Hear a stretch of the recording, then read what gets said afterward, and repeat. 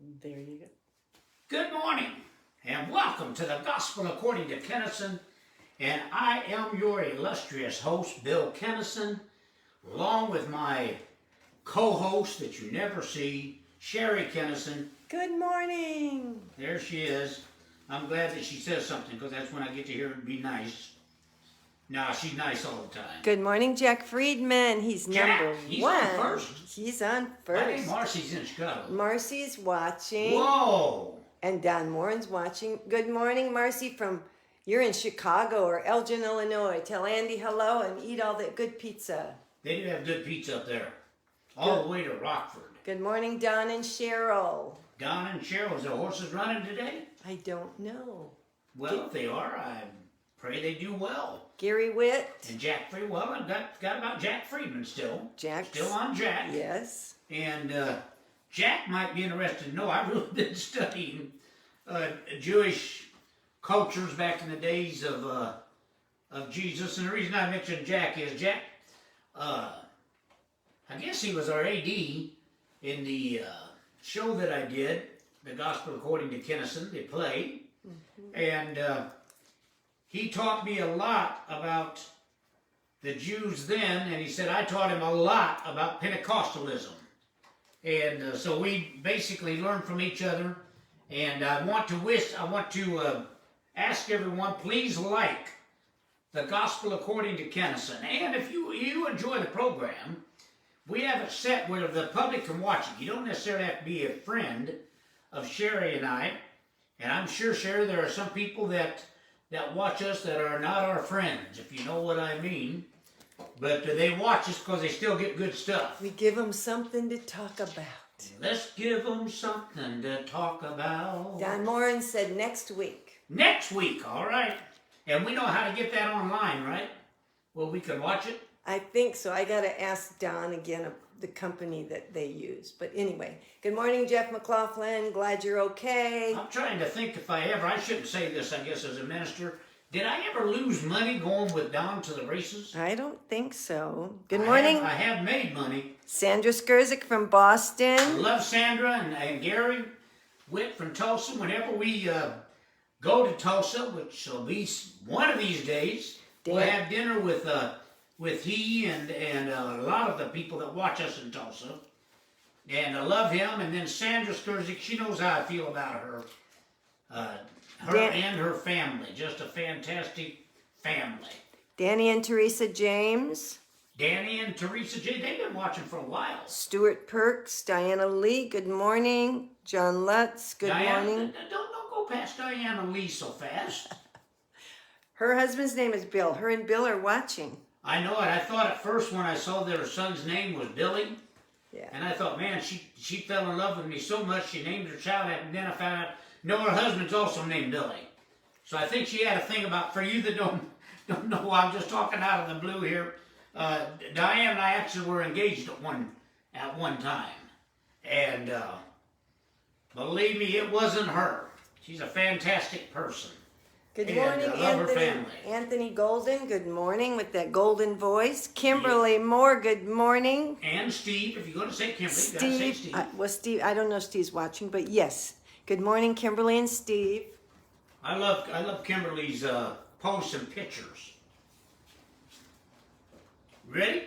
Oh, sure, you can go. Thank you, because you keep looking at more and more names. Go ahead, that's okay. All right. And we do love recognizing everyone, but Sherry, the producer, she does not like me going over 30 minutes. She told me one time that people only can listen as long as their butt can sit. And she figured that was about 30 minutes, so. And the Olympics are on, so we don't want to deprive them from the Olympics. Oh, I love that crowd that got the Olympics. Well, we're the crowd. That's right. They're performing for us. Kimberly said Steve is fishing. Oh, man, I love Steve, but the only fishing I've ever done I enjoyed was deep sea, which he might be doing, deep sea fishing. I've never been able to get into sitting out there and holding a pole and waiting for some fish to bite it. I just never did. Good morning, Jerry Nicholson. Jerry Nicholson, he and his wife, wonderful people. And they watch us so we have so many people that watch us every Sunday, and then we keep getting bigger and bigger. And then I started, I don't know, I guess a few months ago I started on Wednesday leaving a little thing on Facebook. Maybe, I don't know what you would call it, I guess, suggestion to success or whatever. And this week we really are getting, sometimes we get more, well, we definitely get more comments on that than we do on our program. But this week I thought was interesting. Somebody posted that, and all they said was Gospel of Prosperity. And I didn't know if that meant, they didn't like it or they did. I'm going to take it as a compliment, because yes, I do preach a gospel of prosperity in every part of your life. Good morning, Michael Mesmer. He's in North Dakota State Fair. He's on the stage. Yeah. You know what? I want to mention Michael here, because he'll watch it sooner or later. We're always talking about Michael and what a great hypnotist and magician, and he is. He's about the best I've ever seen. But you know who the real star of the Mesmers are? It's his wife, Susie. She is so busy. She wins awards, and she's so busy she can't even go get them. And she won this week. She won a double blue ribbon award at the Texas State Fair. No, it's not a Grange. I guess it's Texas State Grange. And first she won for art, watercolor, adult division. She won the double blue ribbon award for that. And then, that wasn't enough. Then she won in photography for the sunset adult division. So, beautiful artwork. Congratulations to Susie. We love her and Michael just like family. We've known them for years. Really the kind of heart that Michael has. He used to come to our theater and do shows and things and wouldn't even charge us to be like a fundraiser for our theater. And I've always appreciated that. Sherry Jones Thomas, good morning, Sherry. Thinking of you always. Yeah, and we're still praying for Frances, her aunt that had a stroke and then had a cardiac arrest this past week. And so we're still praying for them. Patrick Bagden, I think this past Tuesday, if I'm not mistaken. Now, many of you have become his friends and leaving messages of support, and you're praying for him. He's a young man that has, he's getting rid of it, but the brain cancer, geoplastic or whatever that is called. Glioblastoma. Okay, you know what exactly it is. He went Tuesday for his MRI, and the MRI showed the cancer's basically dying. So I believe, and I said from the beginning, I believe he's going to be healed. I definitely believe it. Brian Germain used to be a road motorcycle buddy of mine. He went and had surgery for kidney cancer. And it looks like that was successful, and he's out of the hospital. Your cousin Paulette. Yes, she's watching. I think she's getting ready to be released. She's released. She's home. Oh, she is home then. She's from watching the rehab, and home. she had quite a battle. That wasn't just a regular appendectomy. She had quite a battle. But she has come through like a winner, and we do want to pray for a couple people. John Lutz, we're not praying for him. We can pray for John. John always needs prayer, by the way. But his friend Bobby, down in Florida, is being treated for viral pneumonia due to COVID. And we want to remember Bobby in prayer, and we want a complete recovery. If we join together, we can have this. And I love John. He's one of my closest, if not closest, friend that I have. And I definitely will be praying for Bobby. Now, Rochelle Ward. You remember Rochelle? Always. How could you not remember her? We've known her since, I guess, basically a kid. She was young. And got married and had children, and she has stayed in touch all these years. Beautiful. Like Terry Jones. Hi, loves. And there's another one from Tulsa. That's my sister, though. That's my sister. But Rochelle, she loves to plant, I guess, in the back of her house there in Tulsa, and I guess she brushed up against a poisonous plant And so they had to take her to the hospital and are giving her steroids and things. And she had a friend, I guess, that came and recognized what that was and really helped her. But we want to remember Rochelle in prayer. And then Terry Jones, she knows how, and when I say she's like my sister, she basically is my sister. You talk about a brother from another mother, this is a sister from another mother. She's always been that way. We met her when she was a very young teenager. Lori Love Restivo from Buffalo. Oh my gosh, I know. Stacy B says you guys know everyone. LOL. No, you don't have to. Renee Lynch watching. Yes. I want to mention Lori Love because she's very special to my heart. She is. And I pastored church. The pastor was one of my closest friends in the ministry, and they were terminal. And she asked me to come up and pastor the church, and I said I would. And I ended up pastoring it for a year, and she passed away. And Lori and I went through some stuff, Sherry. You was back in Rockford most of the time, and we had dinner every night. I'm sure we had all kinds of rumors going around Buffalo, but had dinner just about every night, and I just love her. She's a sweetie. All right, anyone else? We want to interrupt my flow here. Go ahead. You've got some private sergeants watching. Somebody pray for they're likely to get deployed, and just different ones. So okay, well, we will definitely be praying for all of them. I want to get into our lesson, and I'm going to talk about the mental equivalent. I have been studying, I told you, it might have been a month ago now, that I was going to start studying Jesus, the man, from a secular point of view, not the spiritual man. I'm trying to get my words right, the man, the human man. Because we have basically made a God, or religion has made a God out of Jesus. And we forget that Jesus was a man. Just like you're a man and you're a woman. He had no advantage over you.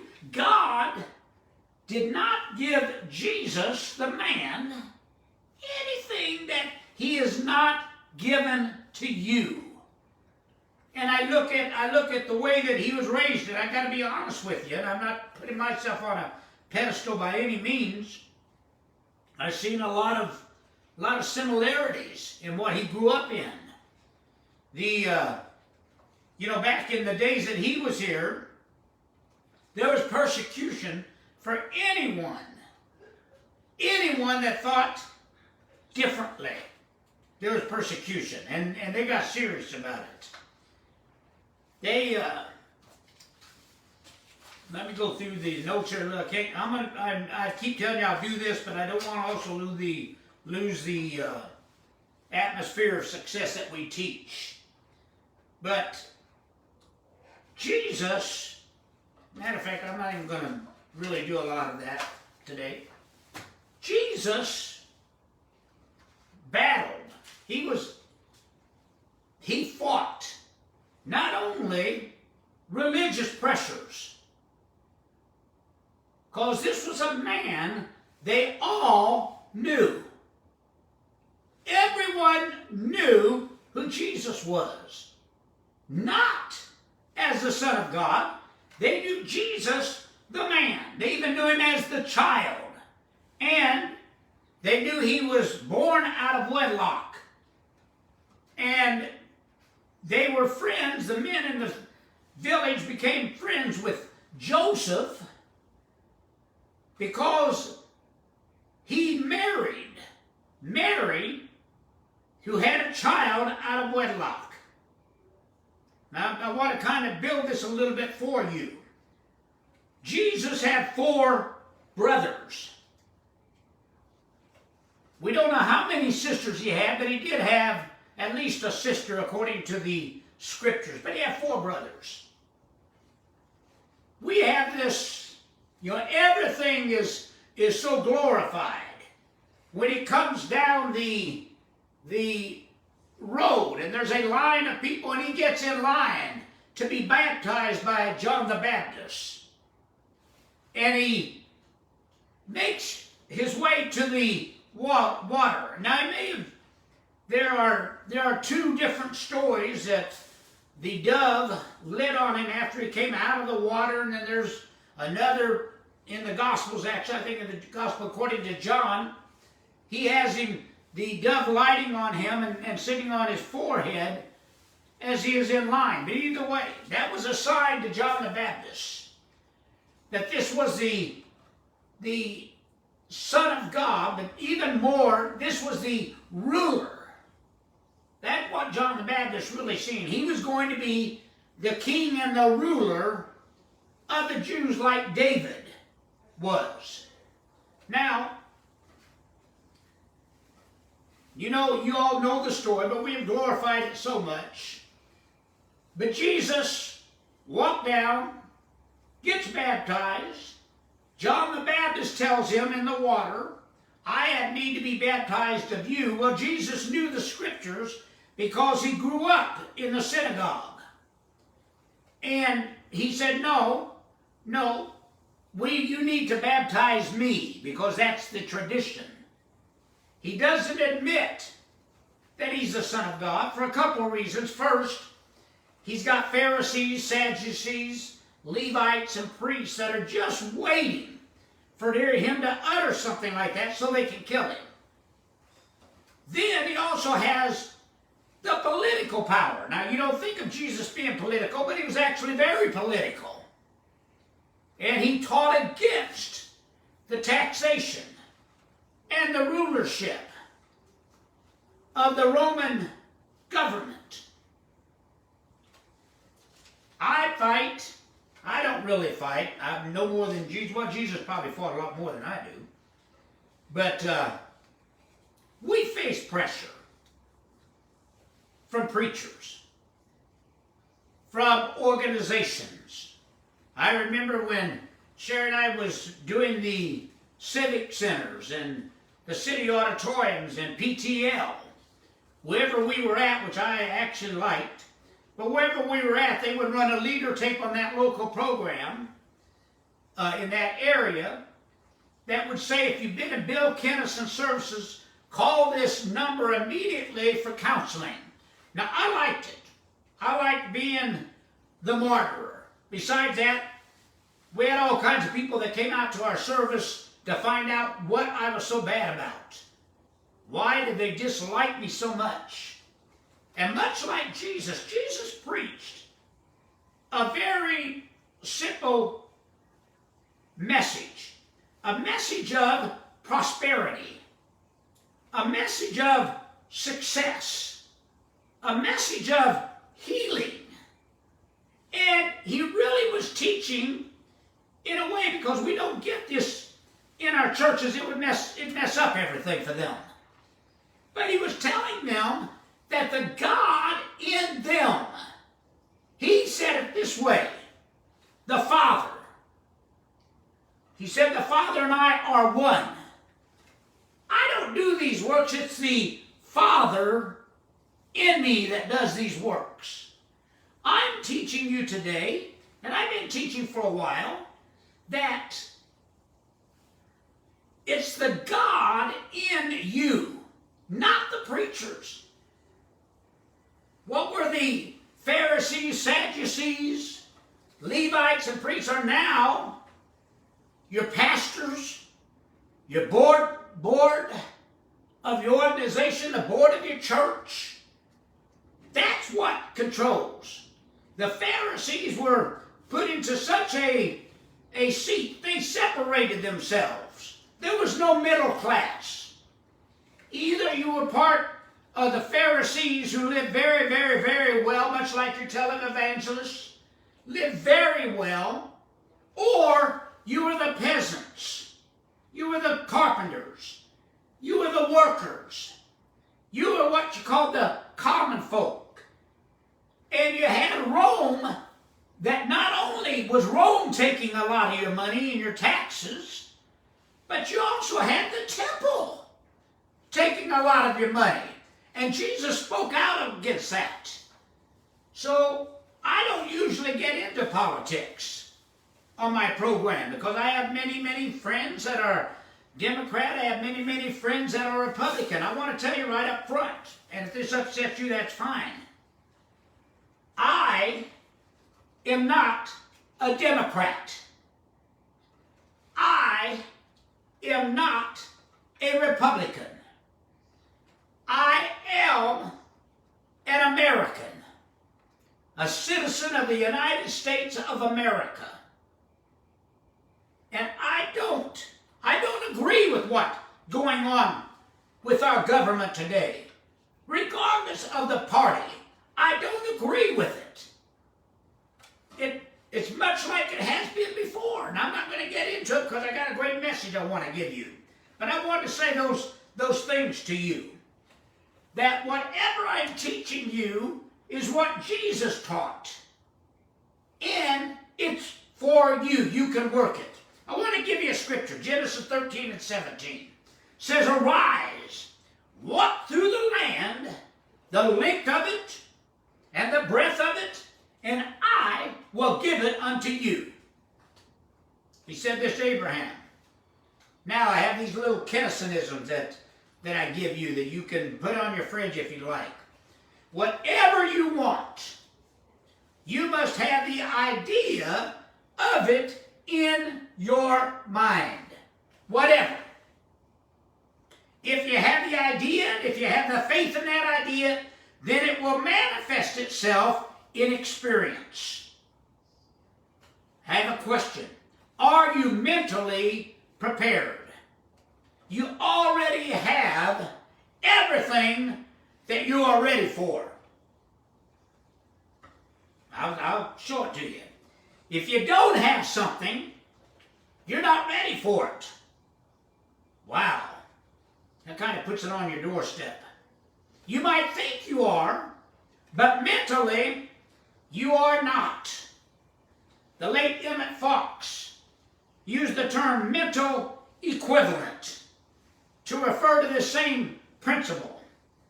It means that before you can have anything, you must first have the idea of it in your mind. Before you can have anything. We're both saying the same thing. We're just using different words. You can only have objectively that which you have the mental equivalent of subjectively. Now, let me give you a couple definitions. I talked to a lady one time and she said, "Why did you say," I remember the preacher say, "the esoteric Jesus?" That was just recently. So I explained to her esoteric means he would speak to a chosen group of people. And that's what Jesus did. He talked to the multitudes, and then the scripture said he would take the disciples and would speak more plainly unto them.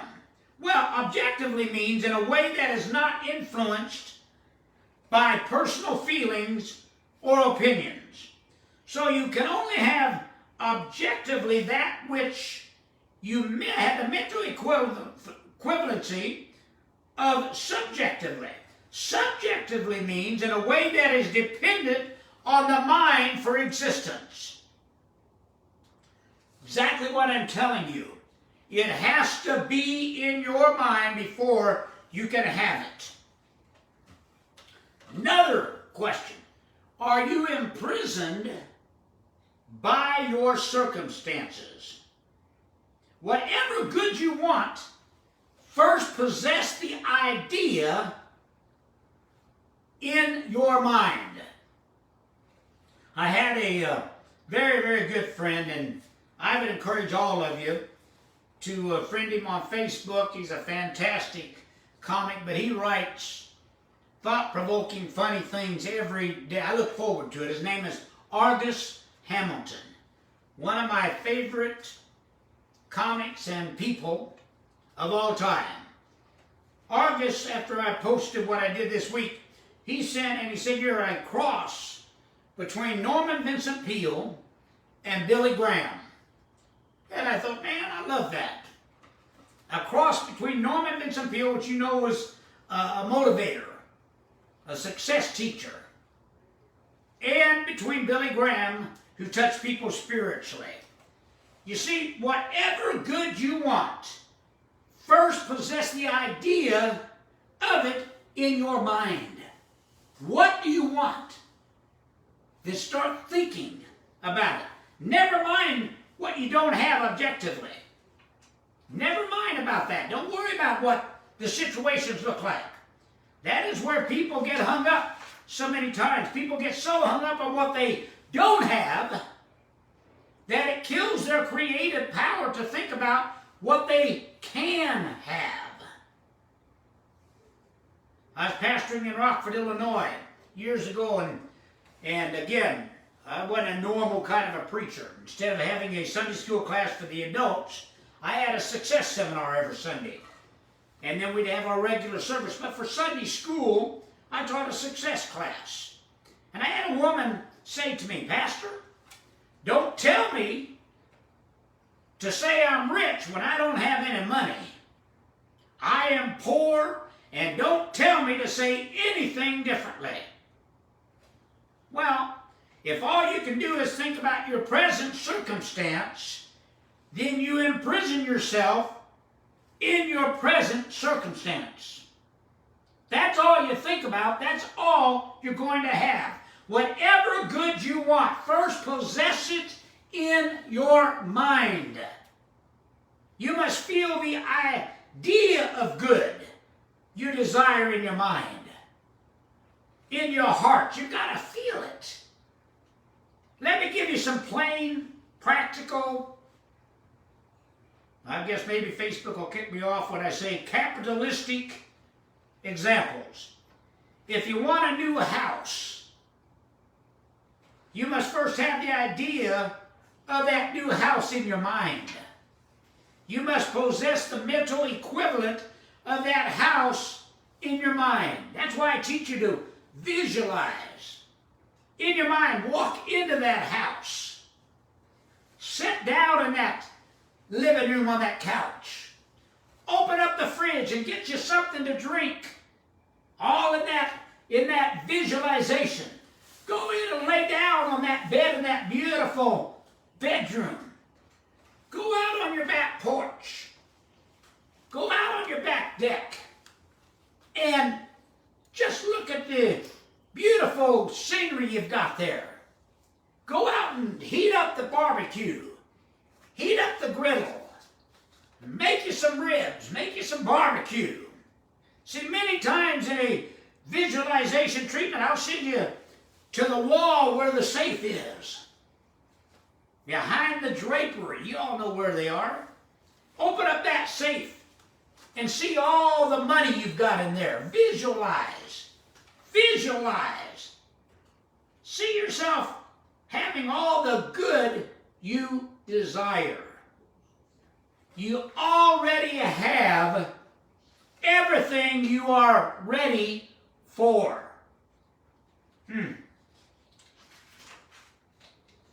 Remember in Genesis when we started, the Lord told Abraham to lift up his eyes, and I'll repeat it again. Walk through the land, the length of it, and the breadth of it, for I will give it unto you. What does that mean? That means whatever good you can see and feel and have the mental equivalent of will come to you. It will find its way to you. The presence and the power of God in you will provide. It will provide. Man, I know you keep telling me my time's over. I'm about to fire you. Good. I want a producer that tells me, no, go on, this is good, this is good. Misty Soper said she definitely needed your words today. I'm not done yet, Misty. I'm not done yet. Everything, I'll just give you another minute. Everything that you are ready for is ready for you. Everything. I preached a sermon once and I used these words. Everything that you are ready for is ready for you. You now have everything that you're ready for. You've got it. You've got it. It's in you. Whatever you don't have because you're not ready for it. You don't have the mental equivalent for it. That's why I teach you to raise your consciousness, to develop the mental equivalent of the increasing good that you desire. That is why I tell you, when you want something, write it down. I'm not the first one to tell you that in Habakkuk 2 and 2. Write the vision and make it plain, is what that prophet said. And that was thousands of years ago. It helps you build the equivalent of the good you desire. Well, I gotta stop somewhere. Gotta stop somewhere. Raise your consciousness to develop the mental equivalent of the increasing good that you desire. Many times when people say to me, Pastor, especially when I was pastoring, pray for me to get such and such a thing. I'll ask them bluntly, are you ready for it? They usually say, oh yes, yeah, I'm ready. And then I'll say, oh no, you're not, because if you were ready for it, you would have it. Heavenly Father, I thank you for this word this morning. I wish we could just go on and on. But I thank you for this word this morning. Let it find a place in the heart of these folks. Let them know they control their destiny. Not their job, not the government, not their family, not their friends. They control their destiny. They can have that which they desire. You have given us the tools. Now calls us to quit looking for someday and realize it is here right now and it will work for them. For those that need a touch in their body, I speak healing. Those that need a financial blessing, I speak prosperity. Those that need peace, I ask that you bring it to them. I'll give you all the praise. Amen. God love you. Sherry loves you. I love you. Everybody loves you. God bless America. I'll see you next Sunday.